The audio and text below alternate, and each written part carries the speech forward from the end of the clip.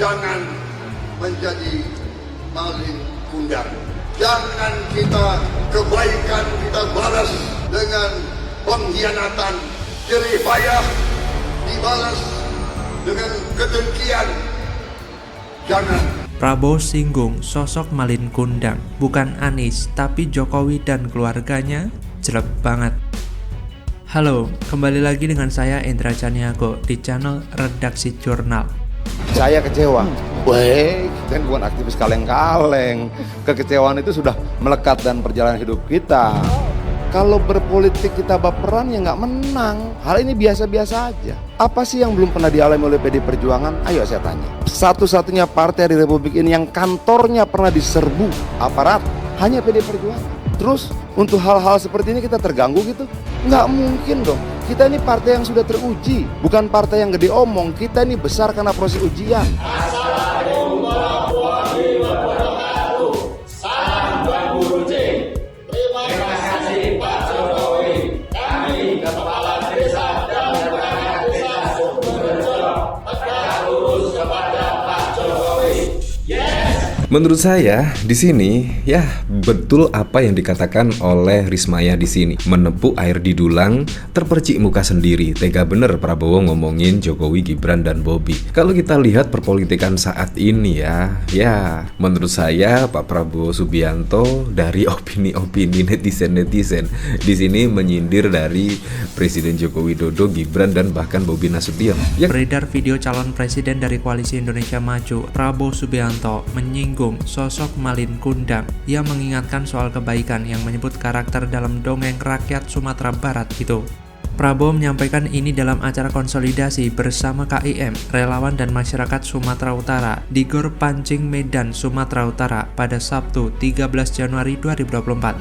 Awalnya, ia mengulangi pernyataan soal pembangunan negara dan pasangan Prabowo dan Gibran Rakabuming Raka merupakan kelanjutan dari Presiden Joko Widodo. Cerita rakyat Malin Kundang mengisahkan tentang seorang anak yang tidak tahu berterima kasih. Malin, karakter utama dalam folklore tersebut, melakukan pembangkangan kepada ibunya. Sebagai pembalasan, sang bunda mengutuk Malin menjadi batu. Pernyataan Prabowo di Medan terlontar di tengah persaingan politik jelang pemilihan presiden atau Pilpres 2024. Dalam kontestasi, dia akan melawan calon presiden dari Koalisi Perubahan Anies Baswedan dan calon presiden dari Partai Demokrasi Indonesia Perjuangan Ganjar Pranowo. Jasa Prabowo untuk keberlangsungan karir Anies di politik muncul lagi setelah keduanya bersaing untuk Pilpres 2024. Anies berulang kali mengkonfrontasi Prabowo dengan misalnya menyoroti sejumlah hal mulai dari pembelian alat utama sistem persenjataan atau alutsista bekas oleh Kementerian Pertahanan atau Kemhan yang dipimpin Prabowo, laman Kemenhan yang diretas pada 2023, lahan seluas 340.000 hektar milik Prabowo hingga memberikan penilaian 11 dari 10. Partai Gerindra yang dipimpin Prabowo merupakan salah satu partai yang mengusung pasangan Anies Baswedan dan Sandiaga Uno pada Pilgub DKI Jakarta 2017. Selain Gerindra, pasangan itu juga diusung oleh Partai Keadilan Sejahtera atau PKS. Sekretaris Jenderal Partai Gerindra Ahmad Muzani mengatakan serangan Anies ke Prabowo itu sebagai upaya menjatuhkan reputasi. Ia menyebut Anies bak tidak mengingat jasa Prabowo itu. Seperti apa yang disampaikan oleh Prabowo bukan hanya ditujukan kepada Anies, tapi secara tersirat Prabowo juga menyindir Jokowi, anaknya Gibran Rakabuming Raka dan menantunya Bobi Nasution karena mereka bertiga telah berkhianat kepada PDIP, partai pengusung yang menjadikan mereka bisa menempati posisi di pemerintahan. Bahkan politisi PDIP Adian Apitupulu menyebut Jokowi telah berkhianat kepada Partai Banteng. Hal itu disebabkan karena permintaan perpanjangan jabatan presiden ditolak. Adian mengatakan persoalan pengkhianatan Presiden Jokowi dan keluarganya terhadap PDIP disebabkan karena hal sederhana, yaitu PDIP tidak mengabulkan permintaan Jokowi untuk memperpanjang masa jabatannya sebagai presiden menjadi 3 periode dan menambah masa jabatan. Menurut Adian, PDIP menolak permintaan tersebut karena tidak ingin mengkhianati konstitusi. Partainya ingin menjaga konstitusi karena terkait dengan keselamatan bangsa dan negara serta rakyat Indonesia.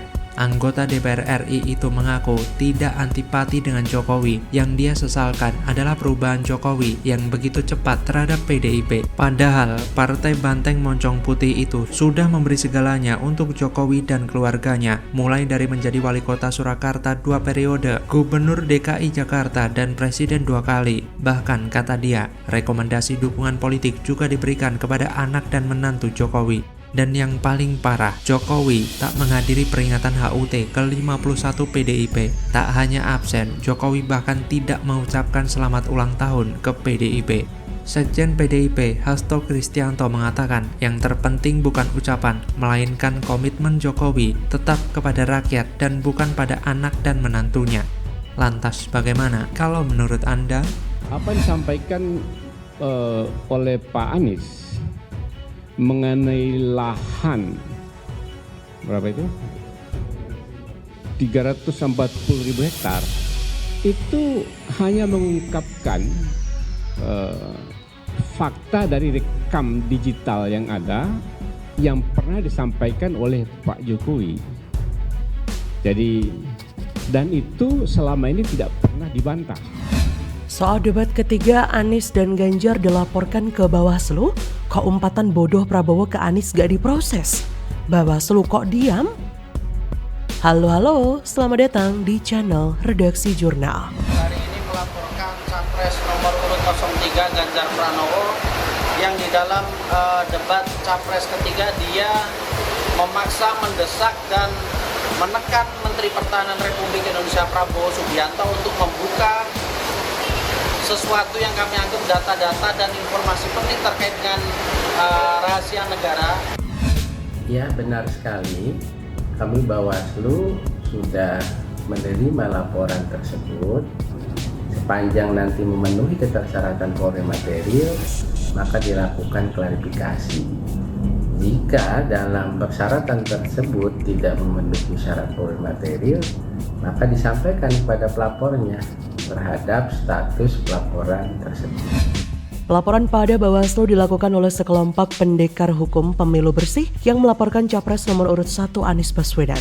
Anies dilaporkan atas pernyataannya dalam debat hari Minggu berkaitan dengan kepemilikan lahan Capres nomor urut 2 Prabowo Subianto. Menanggapi laporan itu, Bawaslu menyebut akan segera melakukan kajian. Tak hanya Anies saja, Capres nomor urut 3 Ganjar Pranowo juga dilaporkan ke Bawaslu karena dianggap menyerang Prabowo saat debat ketiga. Laporan ini disampaikan oleh organisasi yang mengatasnamakan Advokat Pengawas Pemilu.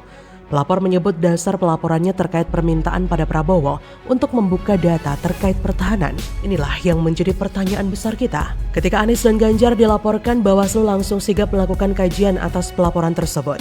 Tapi, ketika Prabowo melakukan manuver dengan menghina Anies dengan umpatan bodoh, Bawaslu cuma diam. Apakah ini bukti bahwa memang sedang ada intervensi dari pihak kubu istana? Silakan saja tim ses atau elit politik kubu Paslon 02 berkelit dan coba membela Prabowo.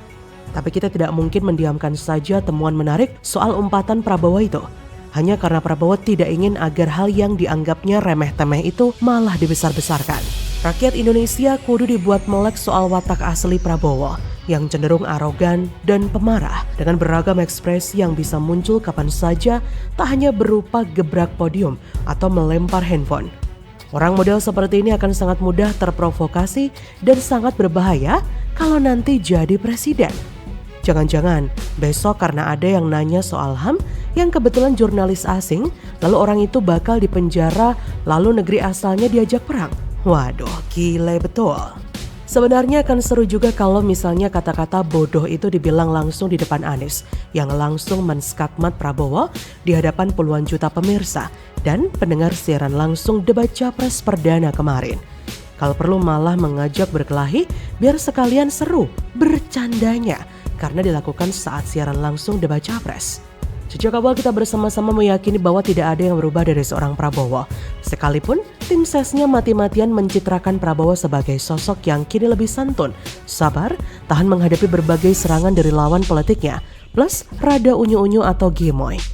Mungkin yang terakhir ini biar terlihat menggemaskan, meskipun kita paham arahnya hanya untuk mengaburkan kondisi fisik Prabowo yang tidak lagi prima dalam usia senja 70-an lebih. Ternyata keyakinan kita memang tidak salah. Kita pun masih bisa mengingat dengan jelas kata-kata dipasang di salah satu baliho kampanye Kubu 02 yang hendak mencitrakan diri jika Prabowo adalah sosok yang santuy karena bisa merespon sesuatu yang tidak nyaman dengan berjoget. Namun untuk pesan dalam baliho itu pun kita bisa bersama-sama berkata, "Pret." Ya, kita tidak yakin